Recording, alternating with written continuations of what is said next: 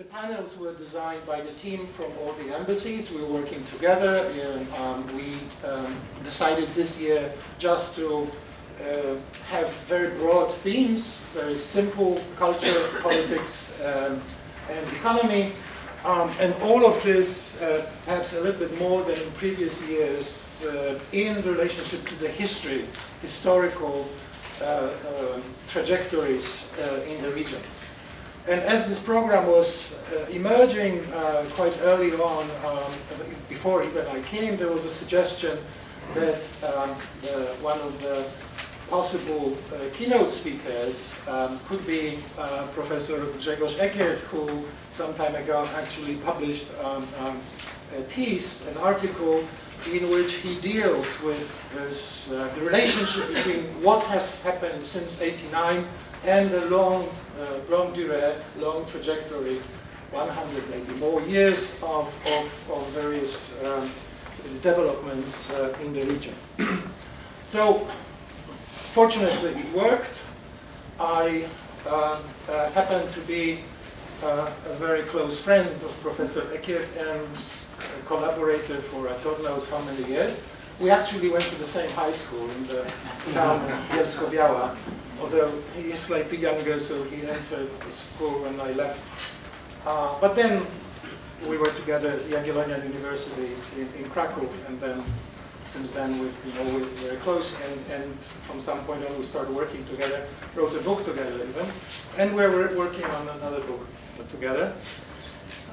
You have his brief bio there. I'm not going to go through this. It is an extraordinary and a very important career, and he's a major voice in the field of post-communist studies, East European studies, East Central European studies.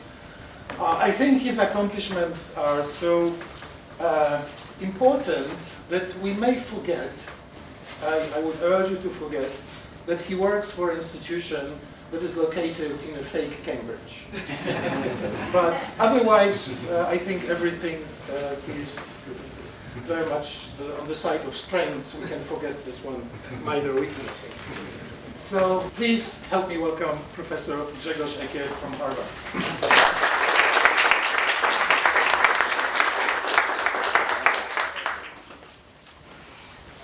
Thank you, Jan. I always suspected that you are a very kind and generous friend.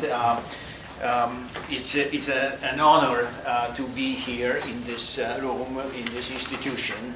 The School of Slavonic and East European Studies is a legendary place, and I still remember when I was young, someone told me that in order to participate in the seminar in this school, you really need to know at least 5 East European languages, because you wouldn't understand all the jokes going around. And yeah, I was very much impressed by that. But then I started to suspect that maybe there is the same joke going around and told with different characters and so on. Now, my talk will focus on 3 themes or 3 issues, and I will go relatively quickly through those themes. So I will look at the outcomes of post-communist transformations. It's been 25 years, and until approximately a year ago, we were sort of, ready to celebrate.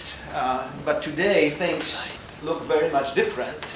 And of course, those outcomes really have very different weight and very different importance.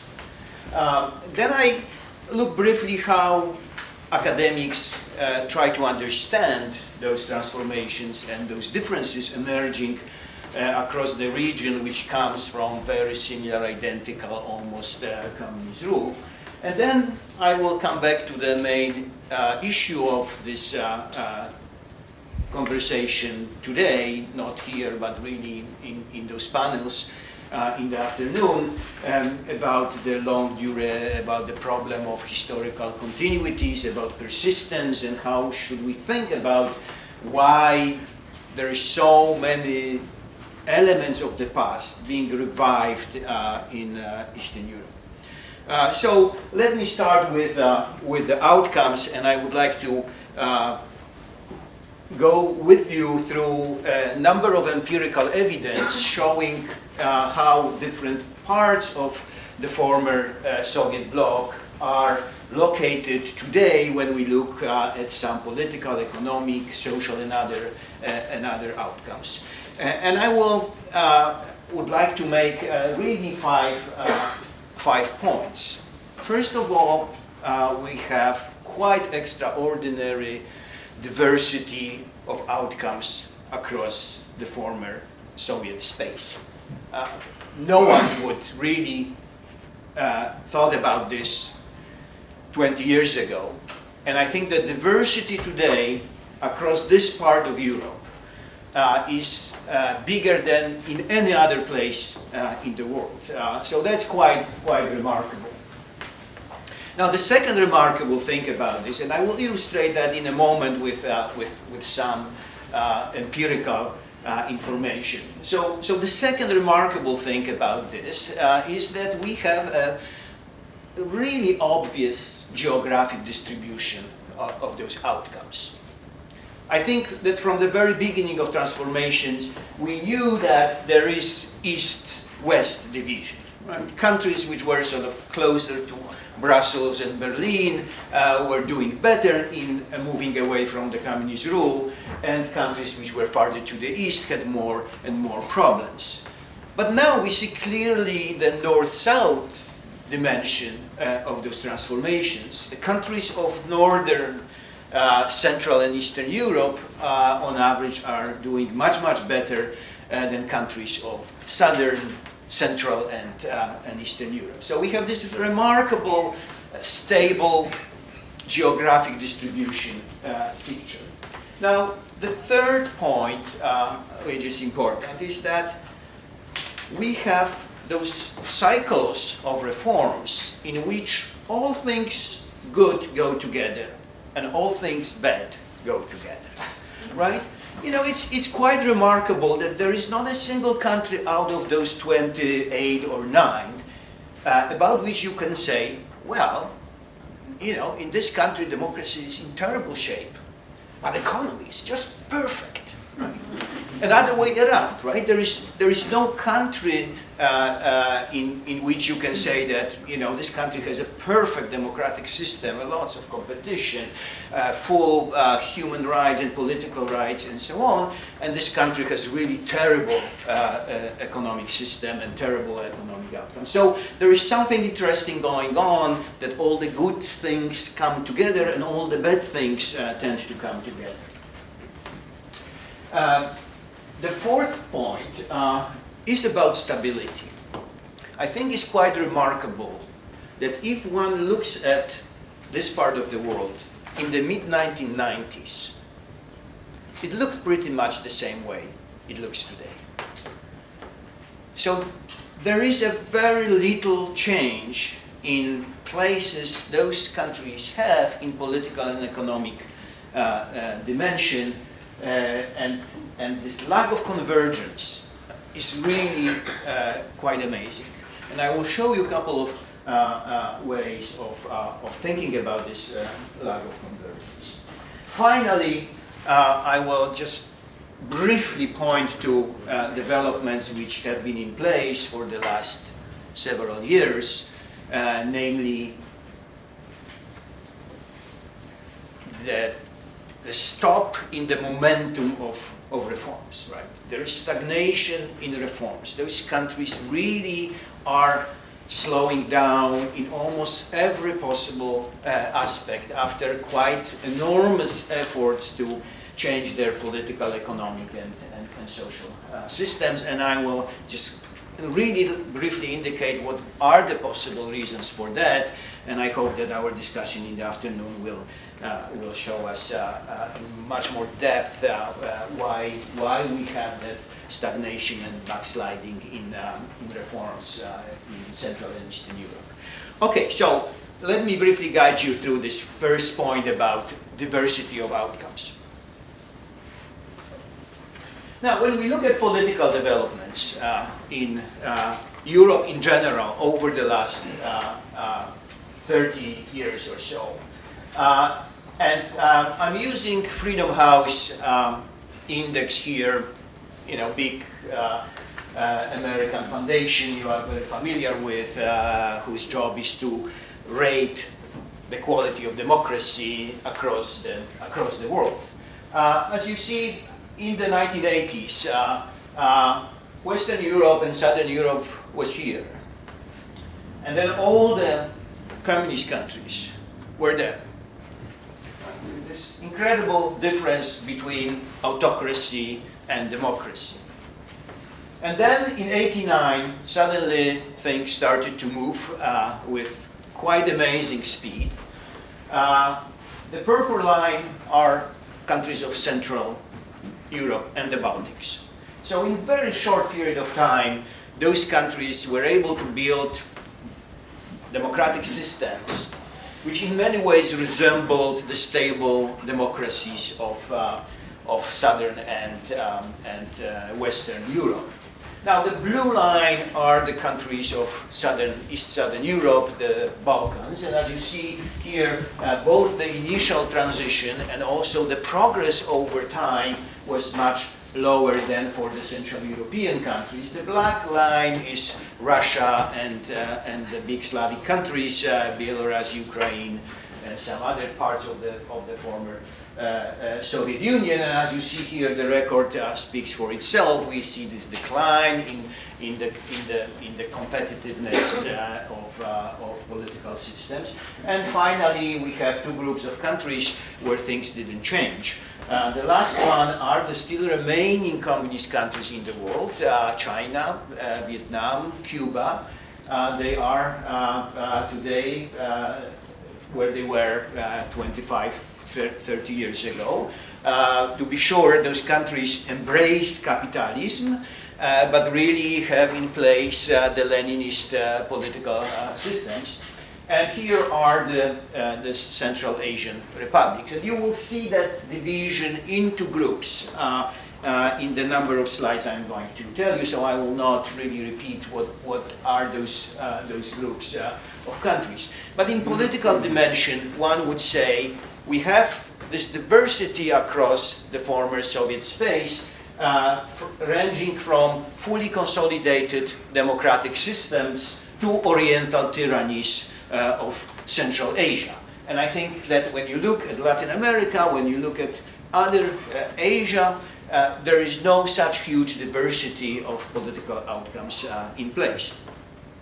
The very similar situation is in economic dimensions. Right? This is GDP for those countries, both per capita on this axle and the size of the economy. And as you see, 20 years ago, all those countries were sort of located pretty much in the same spot.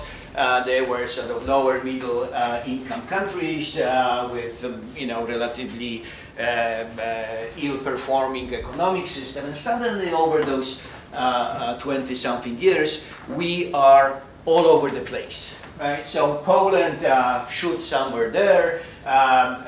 Ukraine today is where Poland was in 1989. So some countries stagnated in quite dramatic way. Other countries emerge as successful economic reformers and so on. So again, in terms of economic progress, measured in purely economic terms, we have a lot of change and a lot of diversity across the region. The last slide I would like to show you in illustrating the point about diversity is the governance index, which is put together by the World Bank.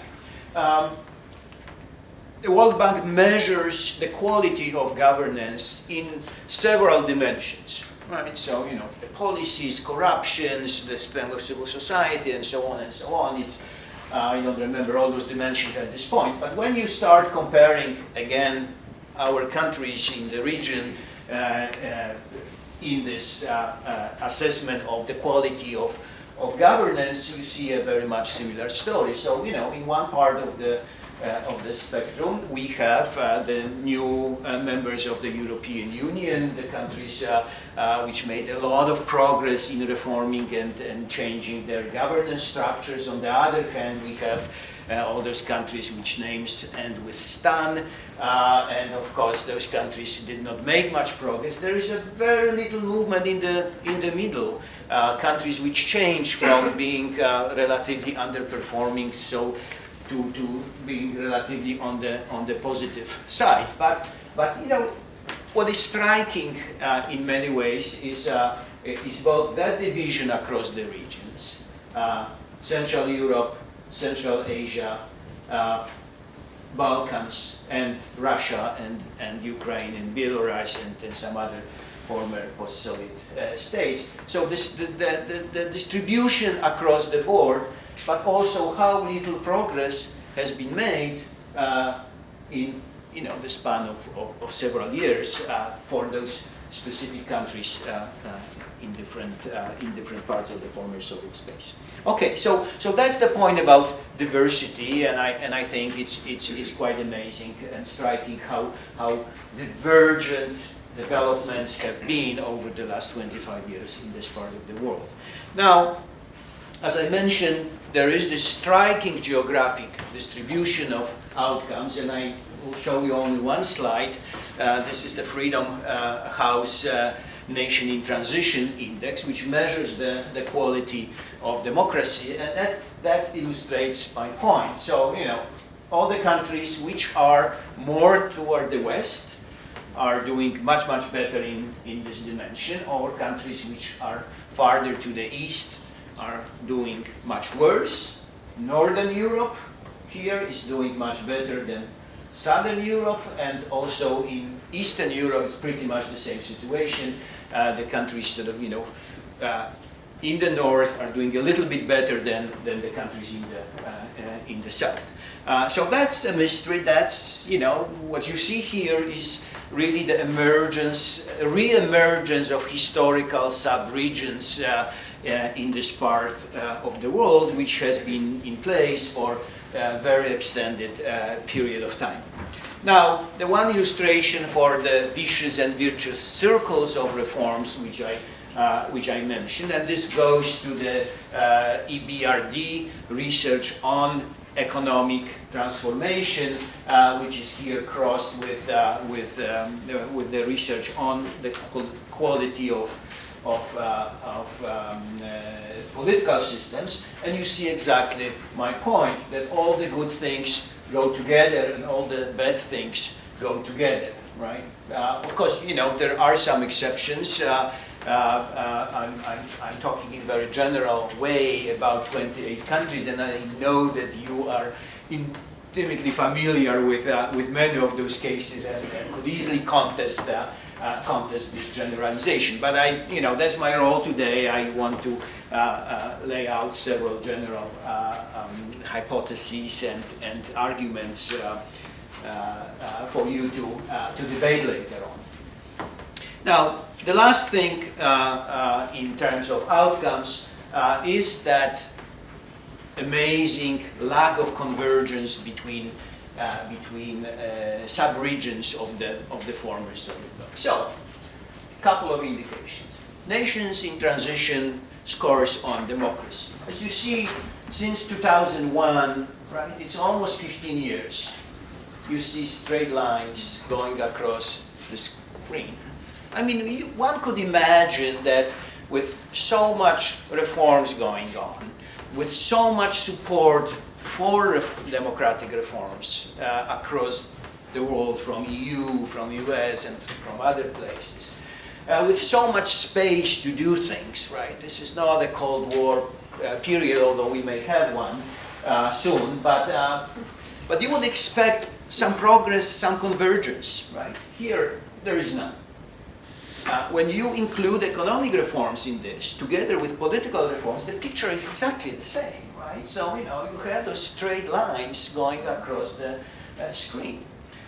When you look at electoral process, it's very easy to reform electoral institutions. This is banal in comparison to, introducing economic reforms or something else. And you see exactly the same thing. There is no convergence. These are bad reforms. These are good reforms, and nothing happens in between. Right?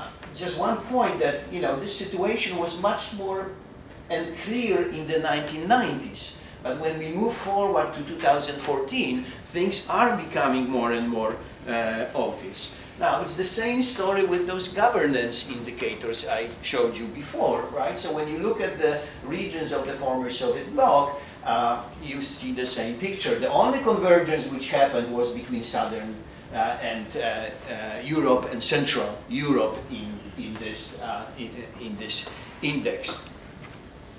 Civil society, pretty much the same thing, right? Straight lines going through time. Corruption. Really, nothing happens. Right? So I think that's media. Again, it's very easy to open space for media to become more free, and as you see here, the lines are exactly the same, right? So it's a puzzle. It's really amazing that over 25 years in this very open and friendly, relatively friendly environment for various sorts of reforms, specific regions of currently Central and Eastern Europe are sort of moving on their very specific trajectories without making much progress vis-a-vis one another.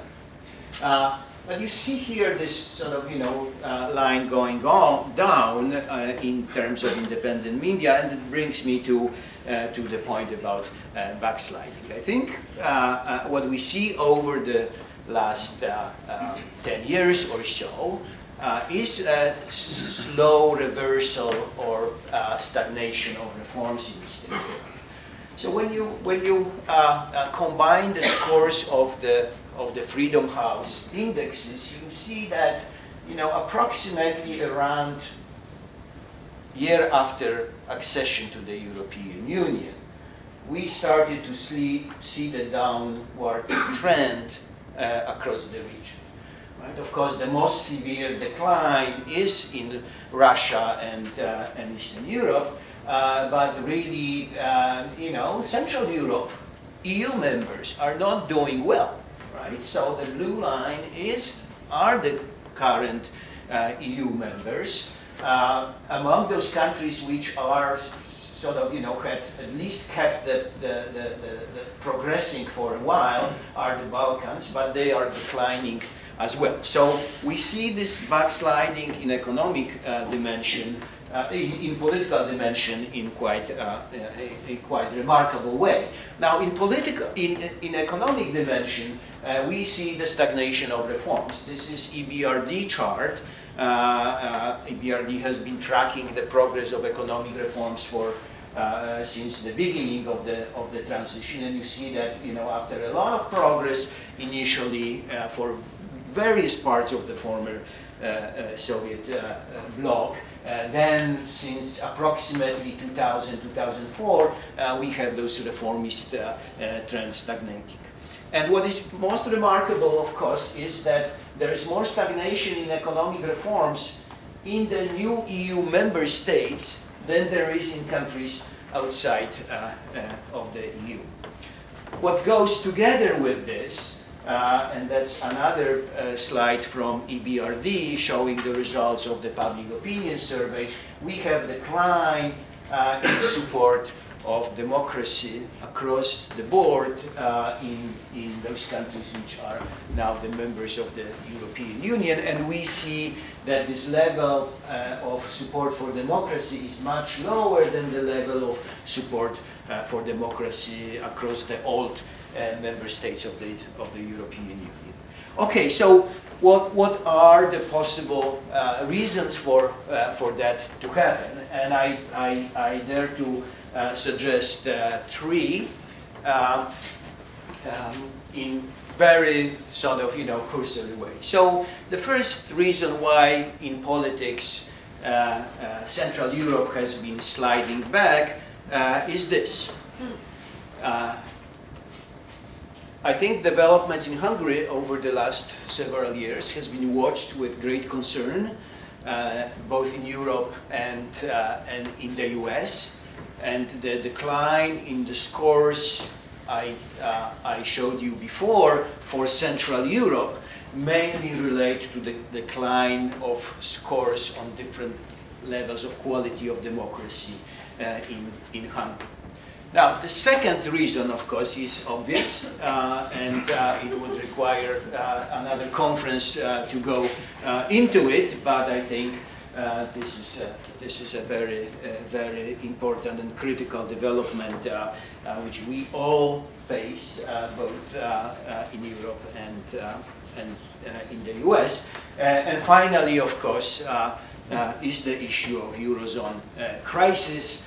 And Eurozone crisis as such delegitimized the mission of the European Union and allowed anti-EU and anti-democratic, anti-liberal forces to emerge not only in countries of Eastern Europe but also within Eurozone itself.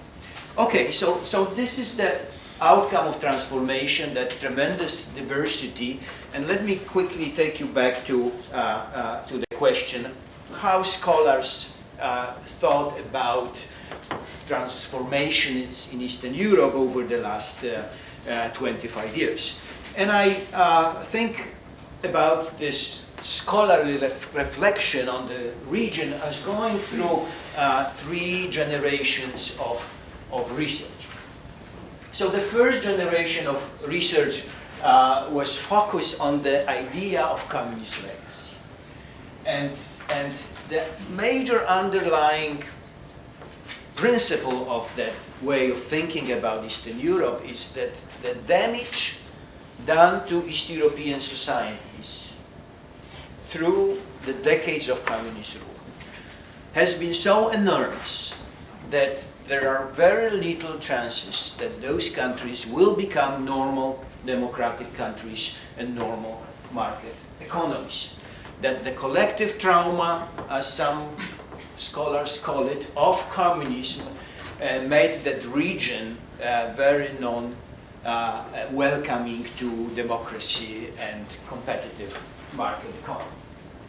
The second element of the second generation of thinking about the transition was the so-called transition to democracy paradigm.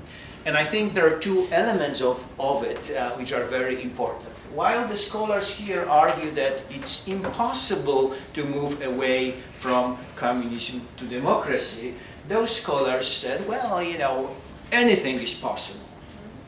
Anything is possible on the conditions that elites and policymakers will come up with the right kinds of political and economic reforms.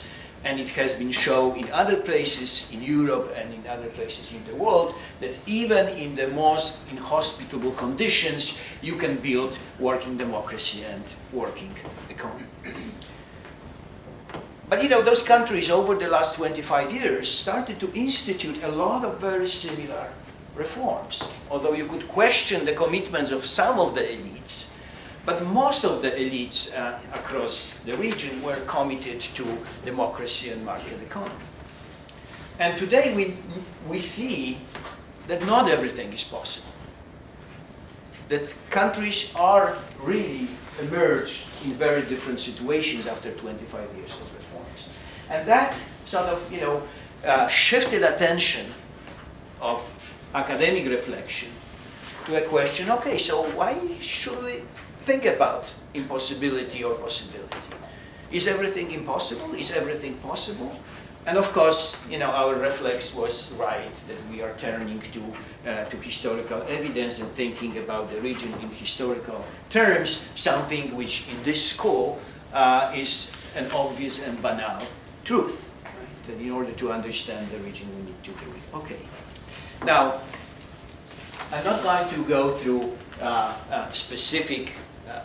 characterization of those different generation of reforms, there is going to be an issue of East European politics and societies, in which I have a small essay which will lay down those specific points about those reforms. But I want to go quickly to the question that if we argue that history matters and history is important, do we have any evidence that this is really the case? Right? So Jan is telling me that I have only 7 minutes left. Okay, so the problem of continuity and persistence, and I think this is not a banal issue in East European context, because those societies experienced dramatic discontinuities over the last 100 years. Right? So it's not only that for the previous 100 years or more in many cases, they were parts of the multinational empires. Then they experienced the nation and state building after the First World War, and then the ravages of the Second World War, genocides, forced migrations, and so on. And then imposition of the communist rule with nationalization, depossession of large segments of the population, forced migration again from the countryside to cities, industrialization, modernization, and so on and so on. You know, when you see this historically, if one would ask you, is there any historical continuity in this? How this is possible, right? After all that change and transformation. And I think that's the mysterious thing about which I'm going to make a couple of points. Now, first of all, we should ask a number of questions, right? Do we have any evidence? And then, what persists?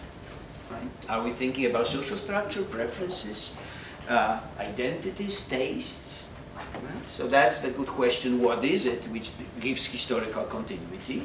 What are the periods which sort of, you know, generate those relatively solid and stable things which then are reproduced over time? And then what are the mechanisms of reproduction? And what are the effects of those discontinuities I described a moment ago on those patterns of continuity? Okay, so the question about empirical evidence, this is the favorite cartoon Professor Kubik and I always show in various discussions. We are empirical science, so we should really have some evidence for things we say. All right, so let me give you an example of that kind of evidence. This is election in Poland in 2005. This is Kaczynski's territory. This is Tusk territory. This is presidential election. Now, 2 years later, we have parliamentary election in Poland. This is PiS territory. This is PO territory. Many years later, we have European election in Poland. This is again PiS territory. This is PO territory. So you see this. There's this line going here in all this geographic distribution of electoral preferences. Now, this is the map of this part of Poland in 1871. You know, you see that thing here. And if we impose the imperial boundaries on the electoral results of elections in Poland, we get pretty much this. This is a part, Russian part. This is a German, Austrian part of Poland in 19th century. But it's not only electoral preferences. This is support for EU integration in Poland. This is a completely different set of public opinion surveys. This is a distribution of NGOs in Poland in the countryside. You see the line. This is the kind of civil society organizations we have in Poland. One kind is here and another kind is there. And even think like that, you know, These are the Poles who took loans, credits in Swiss francs, those guys. And these are Poles who didn't take credits in Swiss francs. So what is going on here, right? This is you know, that boundary disappeared 120 years ago. But is Poland an exception? Someone did a very interesting research on dialects in Germany. So Bismarck was wise enough to employ anthropologists and ethnographers at that time to map the boundaries of the dialects in Germany. At that time, in 19th century, Germany had a very strong regional dialects and so on. And a couple of clever economists look at the migration patterns today. You know, those dialects disappeared 100 years ago as much as imperial borders in Europe. And they discover a simple thing, that today people move more often within the old non-existent boundaries of the dialects than across the borders between those dialects, which is remarkable. Another last example. Our friend Jim Mahoney, who works on Latin America, noticed a very strange thing. That when you look back 150 years and you rank Latin American economic systems, you will get the ranking. You know, some are better, some are worse, and so on. And then when you look 150 years later, you see exactly the same ranking. So the question was, you know, what is going on? Why in 150 years countries did not move in the ranks? And I was very much inspired by this, and I look at the economic developments in Eastern Europe or in Central Europe, right? And that's what you see here, right? So when you look at the end of the 19th century, Czechoslovakia was the richest country, then Hungary, then Poland, then Romania, then Bulgaria. You move 130 years with all the wars, communist economic reforms, and all the other things. And you have Czech Republic, Hungary, Poland, Romania, and Bulgaria. It took 130 years for a small change in the ranking, right? So the small change in the ranking is that for the first time in 150 years, Poland is doing better than Hungary. So those changes are not very frequent, right? Okay, so how should we think about this? How the continuity persists and exists, right? And social sciences are offering us a number of possibilities. Right? It's something about economic backwardness, so development economies were thinking about this. It's something about social capital, right? So political scientists are thinking about the reproduction of certain traits. Historians were thinking about this, thinking about longue durée and historical memories and mentalities. Max Weber was very much concerned about the problem, thinking about the impact of Protestant ethics on countries after many years, so the idea of social caging and so on. There is a lot of ideas about informality, how informality works despite the changes of the formal institutions and other things. Maybe those informal structures are in place and are very influential. Some people question the whole idea, and it's quite surprisingly that this is the distinguished economist who says this is all constructed, that we sort of, you know, construct those ideas and we sort of impose continuities on social reality which are not there. Right? So, you know, so there's a lot of ideas of how one could think about this.